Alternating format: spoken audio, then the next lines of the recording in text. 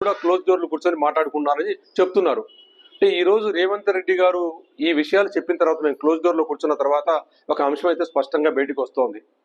మీరు ఈ ముఖ్యమంత్రి కానీ ఆ ముఖ్యమంత్రి ఇప్పుడు కానీ గతంలో కానీ క్లోజ్ డోర్ లో కూర్చొని మాట్లాడుకున్న విషయాలు మీ ఇంటి విషయాలు కాదు, మీ కుటుంబాలకు సంబంధించిన విషయాలు కాదు, ఈరోజు వెనకబడిన ప్రాంతాలకు సంబంధించిన జీవన మరణ సమస్యలు ఇవన్నీ కూడా. ఈ సమస్యల మీద చాలా ట్రాన్స్పరెన్సీ అవసరం. మీరు ఇళ్లలో కూర్చొని మీ ఇంటి విషయాలుగా మాట్లాడుకునే విషయాలు కాదనేది మీకు రాజకీయం గొప్పగా చేస్తున్న మీకంతా కొత్తగా చెప్పాల్సిన అవసరం లేదు. ఇలాంటి విషయాలు ఏమన్నా ఉన్నాయో, ఏం జరిగిందో స్పష్టంగా ఒక శ్వేతపత్రం చంద్రబాబు నాయుడు గారు విడుదల చేయాలి, జగన్మోహన్ రెడ్డి గారు కూడా విడుదల చేయాలి అని చెప్పి మేము కోరుకుంటున్నాం. అదేవిధంగానే ముఖ్యంగా ఈరోజు జగన్మోహన్ రెడ్డి గారు నేను ఎత్తిపోతల పథకం నేను మొదలు పెట్టాను, దాన్ని ఈరోజు చంద్రబాబు నాయుడు గారు ఆపేశారని చెప్పి ఒక చేస్తున్న సందర్భంలో జగన్మోహన్ రెడ్డి గారికి కూడా ఒక అప్పీల్ చేస్తున్నాం. సార్, మీ తండ్రి గారు పోతిరెడ్డిపాటు నుండి పోతిరెడ్డిపాటును 40